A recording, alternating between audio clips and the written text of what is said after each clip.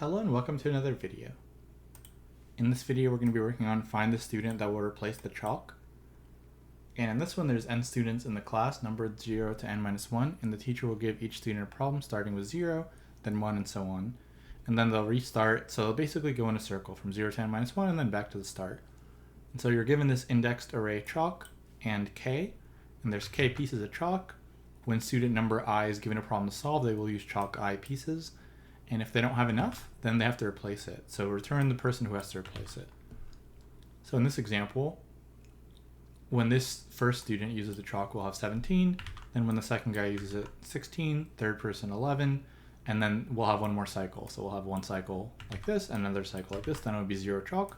Then this person will go and there will be 0, so they have to replace. And then they show the same thing for the second one, so same kind of thing. It'll loop around twice, so it'll be like 7, 10. So each whole cycle is 10, so it'll be 10, then 20. Then when this person uses it, there will be 2 left, so this is the person that will replace. And that's kind of the hint here, is there's k can be really big, so we can't just like manually do a brute force here where we just go through the students and for every student just keep getting rid of chalk until k is 0. Like, that's not going to work because k is 10 to the 9th. So what we're going to want is we're going to want some simplification to actually not have to go through this array over and over and over. So if we have an array, like let's say to keep it simple, every student has to get rid of like their index. So this person will get rid of 0, 1, 2, and so on. And k is like 100. So we can't have this brute force of this, or let's say k is not 100, k is 10 to the 9th. Right, the problem is like this person would use 0, then 1, then 2, then so on.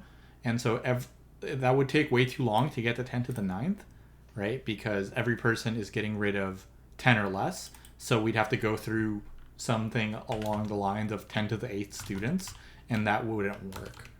So how do we simplify that? Like, let's say k is 10 to the 9th, and we want to do this.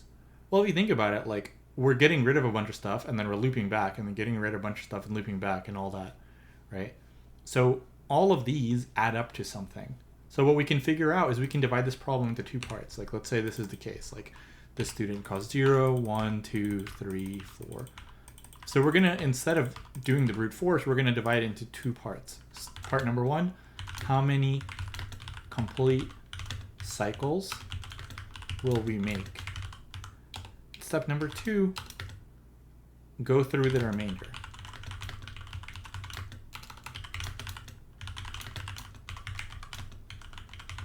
So what I mean by that is, like, once we go through this one time, we can figure out how much chalk is used up. So the amount of chalk that's used up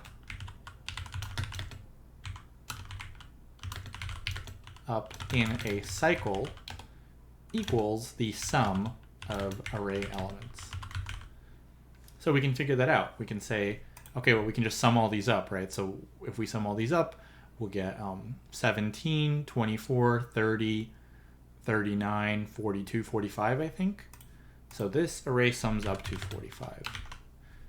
And then we can take our k and mod it by 45, and we'll get some number. I don't know what 10 to the 9th mod by 45 is, but let's say that number just happens to be like 12 or something.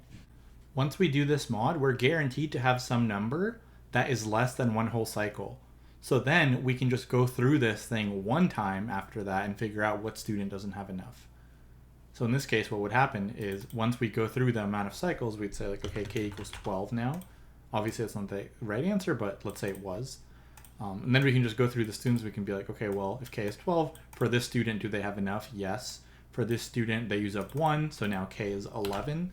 Then we can go through this guy. They use 2, so now k is 9.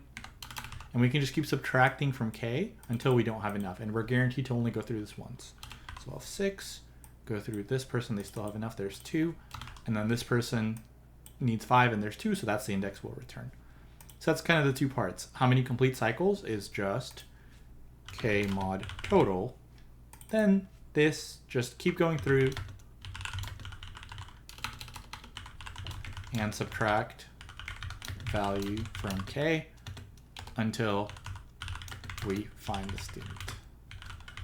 And that's how you can take this and optimize it. So we only have to go through the array twice. Once to get the sum, and then once to figure out that remainder, what student needs to do it. So even though we have a huge k value, we can still go through this in linear time. And hopefully that makes sense. So, and this is used for like other problems, but essentially you need to recognize like there's a repeated pattern, and that repeated pattern, we can just get rid of it by figuring out what's the total, and we can just subtract that value, or mod it to get that value. Okay, so let's code that. So we're gonna say, I think you need a long here, and we're gonna say int student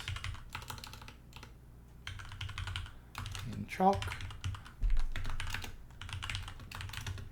Okay, so that'll give us our total. Then we need to mod k by it, and that will give us our new value of k that we're looking for. And now we can go through all of our students and figure out when we don't have enough. So we need the index, so we'll just do that. So if chalk I is less than k, then we don't have enough, so we can just return I. Otherwise, we're gonna say k minus equals chalk I. So whenever someone uses chalk, we'll just subtract from k, and now we only have to do this like brute force for one iteration of the loop, and we can return some number as a default, but we'll basically we should never hit this case.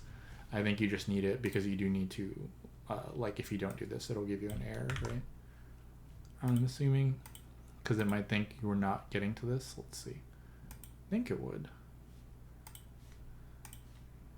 Yeah, missing return. So default return, but it's in reality never used. Just the compiler can't figure that out.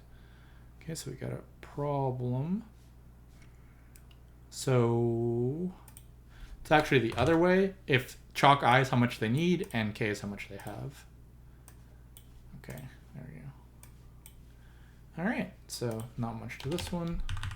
So time-wise, this is linear, and space-wise, I don't think we used anything right. We just have a total, and that's it. Yep. So hopefully that makes sense. There's a lot of problems like this where you can do a simulation, but because we can't do a simulation because k is too big, we have to figure out some kind of like shortcut. And so that happens a lot. You might have like a queue where you move things in a circle and so on. So basically, try to look through it, and you could see like it's 0, 1, 2, 3, 0, 1, 2, 3 again, 0, 1, 2, 3 again. Same kind of thing here, 0, 1, 2, 0, 1, 2. So just play around. Usually what you want to do is play around with the simulation until you get some kind of pattern. Use that pattern to make a simplification, and then that will give you your best answer. Yeah, it's going to be all for this one. So hopefully you liked it. If you did, please like the video and subscribe to the channel. Also surprised the acceptance rate is so low for this one. I feel like it's a pretty easy one, so I'm not sure about that one. But yeah, it's going to be all for this one. Thanks for watching.